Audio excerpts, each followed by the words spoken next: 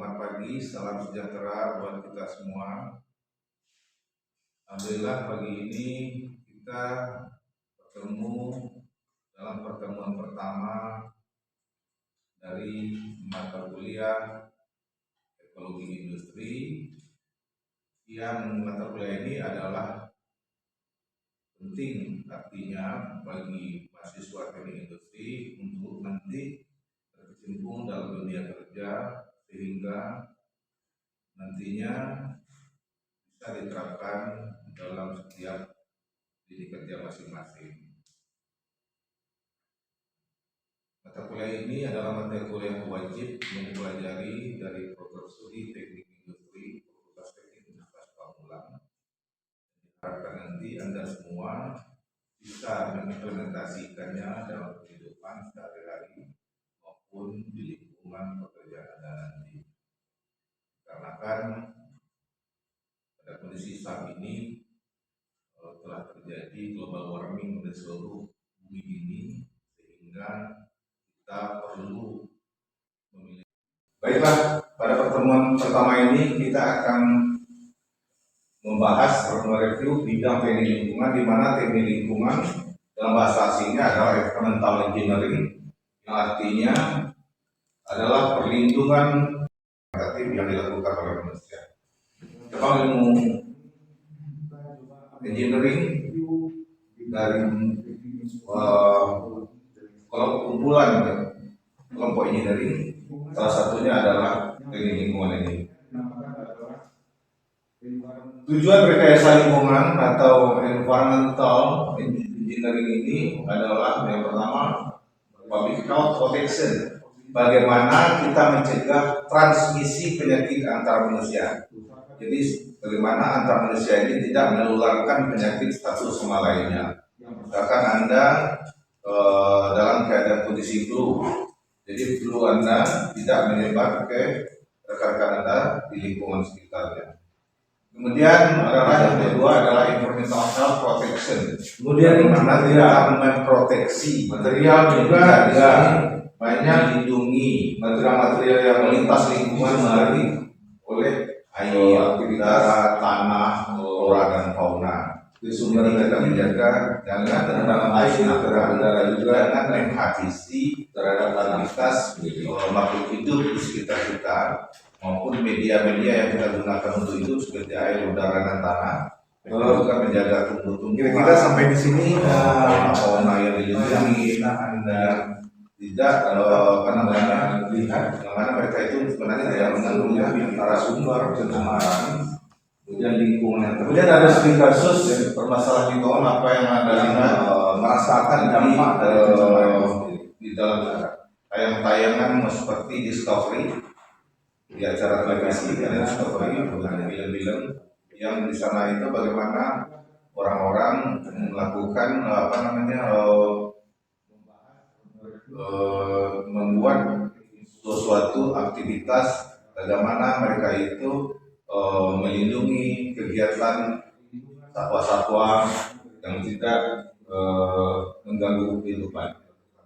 Kemudian nanti di dalam tayangan itu kita bisa melihat ada masalah-masalah yang terjadi dalam lingkungan yang berkaitan dengan kehidupan makhluk hidup lainnya. Kemudian kita juga melihat apa saja dampak-dampak dari masalah-masalah yang terjadi dalam aktivitas di dalam tayangan tersebut. Kemudian bagaimana kita menilai suatu lingkungan itu mengalami pencemaran atau tidak.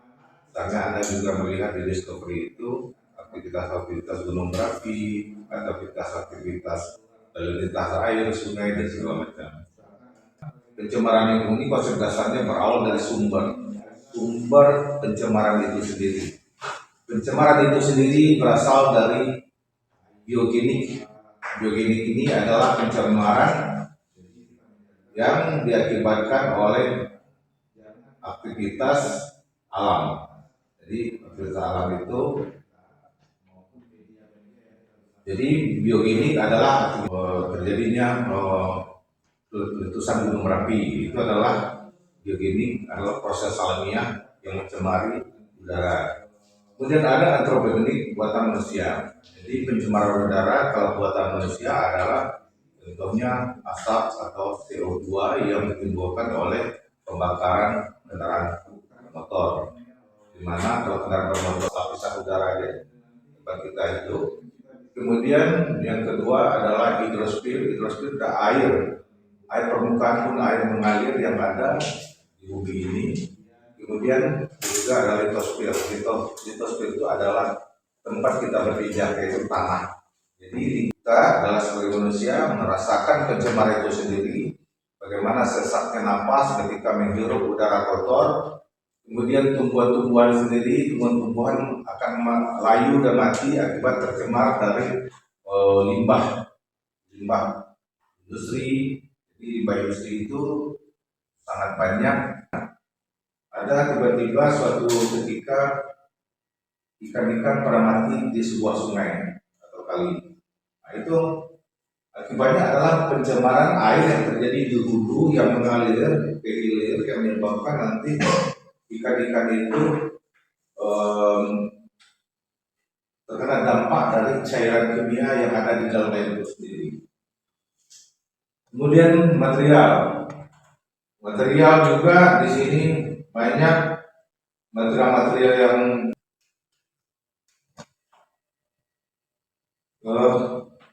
kira-kira sampai di sini apa yang bisa Anda tangkap, Anda lihat cerita yang sebelumnya antara sumber pencemaran, kemudian lingkungan yang tercemar, kemudian reseptor yang merasakan dampak dari pencemaran itu sendiri. Silakan. Jadi berapa pertanyaan tadi Anda silakan bertanya. Ada pertanyaan?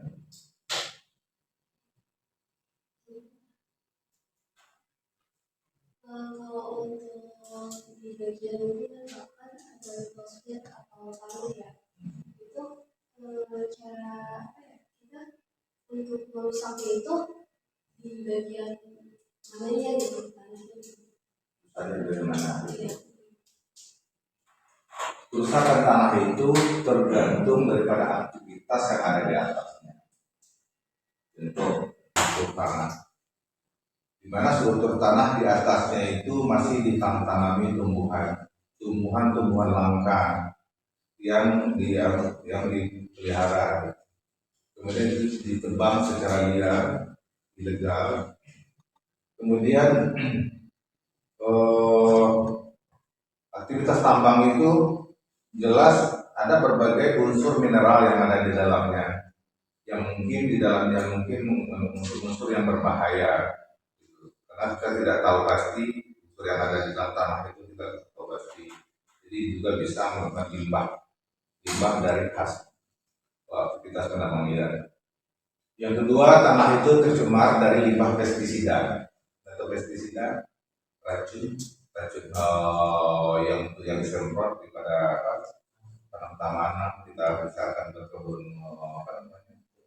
cabai sawah ya kan. Nah, itu jadi kalau itu limbah itu dalam aktivitas yang lebih banyak, itu nanti belah-belah hujan itu akan mengalir mencemari air. Jadi sekarang kita pada beberapa dekade terakhir ini pemerintah Indonesia maupun dunia pada umumnya sudah mencoba melakukan mengurangi aktivitas tersebut dengan menggunakan konsep tanaman organik. Jadi tanaman organik tidak membutuhkan pupuk yang buatan, tidak membutuhkan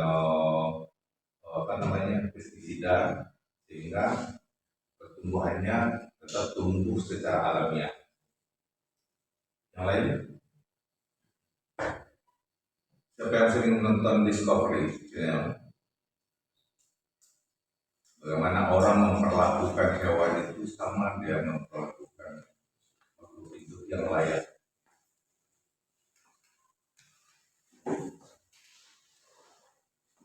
Binatang buas, kita lihat kelompok tersendiri juga ada mereka membuat suatu kawasan, kalau kita namanya itu dalam penangkaran, kawasan penangkaran atau melindungi satwa itu yang istilah Indonesia adalah suaka marga satwa. Jadi kelangsungan hidupnya, habitat dan populasinya dijaga dalam suatu kawasan. Seperti kalau di kita di Jawa Barat ini Ujung Kulon itu melindungi satwa yang bernama badak. Itu dalam habitatnya tetap dijaga. Kemudian pengelolaan lingkungan hidup di berbagai organisasi dunia ada namanya WWF yang beliau badan di bawah PBB yang mengatur bagaimana program-program yang dilakukan untuk melindungi satwa. Kemudian di Indonesia ada pertama Undang-Undang Nomor 23 Tahun 97 tentang pengelolaan lingkungan hidup yang dikeluarkan oleh Kementerian Lingkungan Hidup. Akan mengalir berdasarnya kalau pabrik-pabrik yang sudah membuat sebuah kontrol dalam ISO 14001 untuk lingkungan, itu mereka punya cara pengolahan. Jadi limbah cair itu dan tidak dibuang ke sungai yang terdekat, dan juga ada kalau asapnya itu ada menggunakan filter udara yang disusun di dalam sebuah komponen dari exhaust daripada sebuah mesin industri itu sendiri, sehingga asap itu juga bisa kita turunkan partikel-partikel yang akan mencemari udara itu sendiri. Terhadap tanah tadi buang limbah itu kepada air atau sungai yang ada di sekitarnya. Yang kedua adalah baku mutu lingkungan hidup adalah baku mutu ini maksudnya batasan atau kadar makhluk hidup atau zat energi atau komponen yang ada, atau harus ada batasan-batasan yang mengatur sampai di mana mencemar atau tidaknya suatu zat yang ada di sekitar kita. Jadi misalkan asap yang dihasilkan oleh kegiatan industri tersebut. Kalau air pun gitu. Kalau ingin membuang limbahnya ke air, dia harus diolah dulu sebelum dibuang ke sungai itu sendiri.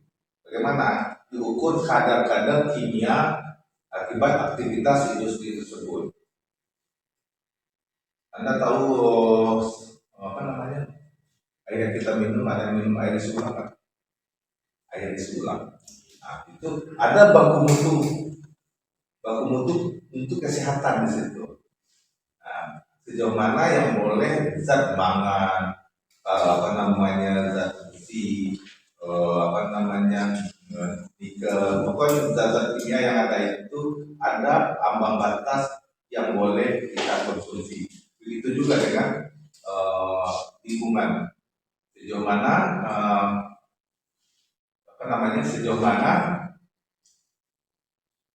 yang boleh kita beraktivitas di dalam atmosfer, misalnya dengan pencemaran udaranya tidak lebih dari 5 ppm misalnya, masih ramah terhadap lingkungan dan ramah untuk aktivitas makhluk hidup di sekitarnya.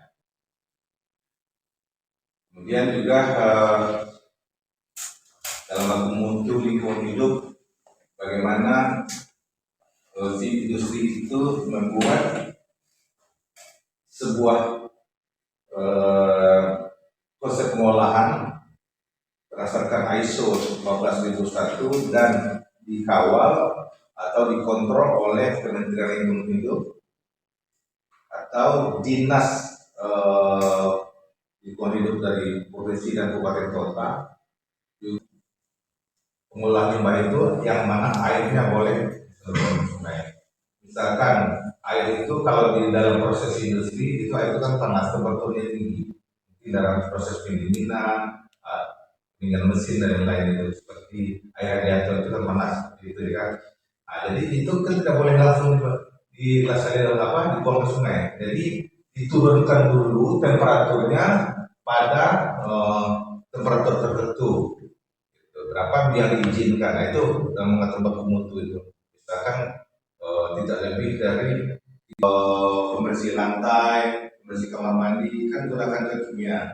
Nah, sisa limbahnya itu sendiri juga harus diolah dulu. Dibacakan mengetahui ada namanya di kemasan-kemasan produk kimia yang kita gunakan itu namanya MSDS, material safety data sheet. Itu ada bagaimana menggunakan bahan kimia itu, bagaimana membuang, menyimpan dan sebagainya, itu diatur di dalam material safety data sheet. Kemudian daya dukung lingkungan hidup adalah kemampuan lingkungan hidup untuk mendukung kehidupan manusia dan lingkungan hidup lain. Jadi ada reseptor. Ya, saya ulang kembali. Sumber di sini adalah sumber pencemaran lingkungan itu sendiri yang berasal dari pertama tadi apa? Sumbernya biogenik. Biogenik adalah sumber pencemar yang terimisi ke lingkungan sekitarnya yang diakibatkan oleh aktivitas bumi. Contohnya letusan gunung berapi, pembusukan material padat, pengerusan erosi di sungai. Karena terjadi penebang liar, runtuhnya tanah di pinggir sungai, yang longsor masuk ke sungai, yang membuat keruhnya air di bawah. Kemudian ada namanya kedua antropogenik, jadi dia dua sumber pencemaran, ada biogenik, ada antropogenik. Antropogenik sumber pencemaran berasal dari aktivitas kegiatan buatan manusia yang dapat berupa materi yang mampu diasimilasi oleh alam dan material xenobiotik. Xenobiotik ini adalah material-material yang tidak tidak familiar yang ada di kejadian yang bisa kita lihat dalam berita pun limbah politekstil lah, pencemaran warna-warnanya merah, ikan pada mati, ada orang yang di pinggir sungai itu menggunakan sebagai untuk mandi dan cuci, itu melibatkan kata-kata.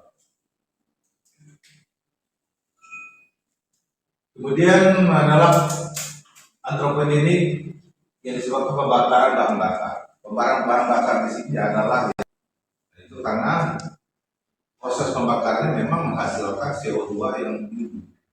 Tapi kalau mesin masih baru, tidak aman. Oleh karena itu sekarang dalam pembakaran bahan bakar ini teknologi manufaktur engine atau mesin-mesin di dunia terutama Eropa sudah melakukan sebuah standar yang meminimalisir karbon itu konsep yang diusung oleh engine itu sendiri sangat ramah. Kemudian aktivitas domestik ini biasanya adalah aktivitas rumah tangga. Di rumah tangga kita sendiri pasti banyak dari memasak, proses mencuci, proses mandi, itu semuanya menghasilkan limbah. Mandi limbah air sabun, mencuci limbah air sabun, dimasak pun juga kadang-kadang perlu ada juga yang harus dicuci karena kebanyakan kita tidak tahu sekarang ini sayur-sayur itu untuk pertumbuhannya mungkin tidak tahu kita menggunakan pestisida, pasti kita harus cuci bersih-bersih untuk menghilangkan unsur-unsur bila mana masih ada unsur-unsur pestisida yang lengket yang bertahan di permukaan, cabai misalkan, bawang misalkan. Kemudian eksploitasi dan eksplorasi sumber daya alam, ekstraksi mineral, minyak, tambang batu bara, bauksit, nikel. Kemudian sumber ini bentuk materi pencemaran yang dihasilkan oleh aktivitas manusia dapat berupa limbah cair pada atas. Jadi limbah itu berbentuk cair, bisa berbentuk padat, berbentuk gas. Kalau cair yang dibuang ke air permukaan, kalau yang padat dibuang ke tanah, yang gas dibuang ke udara. Jadi sampai sini ada pertanyaan? Ada sumber, ada lingkungan, ada reseptor. Sekarang lingkungan, ini bagian yang baru. Lapisan di mana organisme dan makhluk hidup lainnya berinteraksi, biosfer. Di mana biosfer adalah lapisan yang menyelimuti bumi yang terdiri dari atmosfer, litosfer, dan hidrosfer. Jadi unsur atmosfer, litosfer, dan hidrosfer tadi kumpulannya dinamakan biosfer, biosfer. Okay. Kemudian tempat sumber daya alam mengalami sirkulasi dan bersiklus. Jadi tempat sumber daya alam mengalami sirkulasi dan bersiklus seperti gas, cairan, dan mineral padat. Kemudian tempat pembuangan produk samping atmosfer terdiri campuran gas yang berada di atas permukaan bumi dalam beberapa lapis. Ada lapisan troposfer, ada lapisan stratosfer, ada lapisan mesosfer, dan termosfer. Kemudian hidrosfer terdiri dari air permukaan yang ada seperti ada lihat seperti lautan, danau, sungai, air tanah, dan dalam siklusnya hidrologi. Kemudian litosfer adalah kemudian pada kondisi alamiah bentuk kehidupan hidrosfer berada dalam keseimbangan dengan lingkungan. Kemudian lingkungan memiliki kemampuan dan kapasitas untuk melakukan self purification. Jadi lingkungan itu memiliki kemampuan dan kapasitas untuk melakukan self purification. Dia menjadikan sendiri. Ini adalah contoh-contoh gambar yang saya kumpulkan terhadap contoh-contoh terjadinya pencemaran lingkungan dalam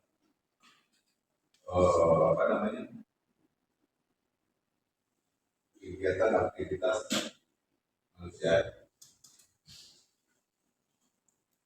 Di mana pencemaran itu ini banyak yang terjadi adalah rata-rata yang dominan itu pencemaran itu dari industri itu adalah udara dan air.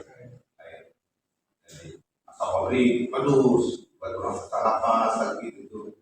Kemudian yang saya sampaikan tadi aktivitas pencemaran yang dibuang ke air gitu, menyebabkan terjadinya penyakit gatal-gatal karena air itu dikonsumsi orang di hilir. Mungkin sekitar Anda mungkin ada yang tahu sekitar Anda pernah melihat pencemaran ini apa? Mungkin pencemaran udara ya atau pencemaran tanah. Silakan menjelaskan siapa yang pernah melihat langsung pencemaran itu. Ini di daerah Cilegon, Pak. Cilegon itu kawasannya kawasan industri, kebetulan di pabrik industri itu jadi itu kalau ada pencemaran kayak yang tadi pencemaran asap itu kadang kalau emang lagi mungkin lagi produksi banyak itu kadang asapnya banyak gitu sampingnya itu kadang gede itu di cerobong itu ada cerobong itu kan kadang ada bau kimia itu menyengat kadang kalau lewat ada bau amonia, ada pabrik asap kan, kemudian ada kawasan pabrik logam, ya kan. Nah, semuanya di sana itu sebenarnya itu mencemari lingkungan, tapi terkait institusi terkait dalam itu mengontrol pengendalian pencemaran itu sendiri. Aturannya sudah ada, tapi kita kadang-kadang pengendaliannya oleh orang-orang yang lembaga swadaya masyarakat yang ikut andil dalam menjaga aktivitas pencemaran itu, jika mereka memberikan masukan, mereka secara sukarela memberikan masukan kepada pihak-pihak terkait yang membuat sumber pencemaran itu sendiri. Kemudian dia meminta masukan-masukan akibat pencemaran itu dari reseptor-reseptor dari masyarakat sekitar itu sendiri, apa saja keluhan-keluhan masyarakat dari pencemaran itu. Jadi mereka nanti memberikan langsung membawa masukan-masukan itu kepada institusi-institusi terkait seperti Pemda, Badan Pengelola itu ada di tingkat kota, dari kota Tangerang Selatan ada, kemudian di tingkat kabupaten di situ kabupaten apa? Serang juga ada biasanya. Kemudian di tingkat provinsi pun ada, sampai ke tingkat negaranya itu adalah kementerian Lingkungannya yang tercemar itu adalah biosfer. Biosfer itu terdiri dari 3: atmosfer, litosfer, dan hidrosfer. Jadi kelompok itu ada tercemar yang 3 tadi. Kemudian reseptor. Nah, jadi reseptor lagi. Reseptor pihak yang menerima pencemaran itu sendiri. Proses yang 3 tadi. Kemudian reseptor. Nah, jadi reseptor. Yang pertama, reseptor itu adalah kita selaku manusia. Kita selaku manusia merasakan bagaimana kita merasakan dalam kondisi tertentu, bagaimana melewati kawasan tertentu kita merasakan ada yang enak di kulit. Kemudian bagaimana, kenapa? Jadi mungkin karena pencemaran di bawah udara yang lebih gas, misalkan amonia, itu misalnya di pabrik pupuk, amonia karena bicara itu juga dari internal mesin sendiri, proteksi di kawasan dalam sendiri, dan proteksi dengan batasan dengan masyarakat. Jadi kemudian dari sektor yang kedua adalah tumbuhan. Tumbuhan di sini sekarang layu akhirnya mati. Jadi saya contohnya kalau akibat biogenik, misalnya kita pergi ke pegunungan, Anda pasti lihat tanah itu mati sendiri, kosong, hangus. Diameter 2 meter, 2 biji tidak mampu itu kalau sudah menghirup tidak tertangani dalam 2 jam mati antara itu sendiri. Kemudian menurunnya resistensi hewan itu terhadap penyakit lingkungan. Bagaimana kita melakukan investigasi sumber dulu. Jadi karena sumber ada lingkungan, ada reseptor. Kita bisa melakukan investigasi terhadap sumber-sumber yang akan mencemari lingkungan. Kemudian dari sumber yang kedua adalah lingkungan. Lingkungan mana saja yang akan tercemar dari sumber tadi. Misalkan lingkungan yang tercemar itu adalah air, tanah, dan udara. Kemudian yang ketiga adalah reseptor yang akan menerima dan merasakan pencemaran itu sendiri. Dan tadi antara lain adalah manusia, tumbuhan, hewan, dan juga material. Jadi dalam pertemuan satu ini Anda harus banyak melihat dan membaca dari setiap tayangan yang ada dalam channel-channel TV yang merupakan kayak Discovery dan lain-lain itu Anda bisa memperhatikan bagaimana hewan dan tumbuhan supaya tidak tercemari. Jadi mereka bersama proteksi kehidupan makhluk hidup di sekitar supaya jangan tercemar oleh kegiatan dampak lingkungan, baik secara alamiah maupun secara buatan manusia. Demikian saja yang bisa saya sampaikan, bahwa dalam pertemuan minggu depan Anda harus membuat sebuah tulisan yang berdasarkan dari studi kasus yang Anda lihat di lingkungan Anda sendiri, pencemaran apa yang terjadi di lingkungan Anda, kemudian Anda jelaskan sumbernya, yang tercemarnya apa saja, yang terdampak dan sektornya apa saja. Demikian yang saya sampaikan. Sampai ketemu minggu depan. Saya sudahi. Assalamualaikum warahmatullahi wabarakatuh. Selamat pagi dan salam sejahtera bagi kita semua.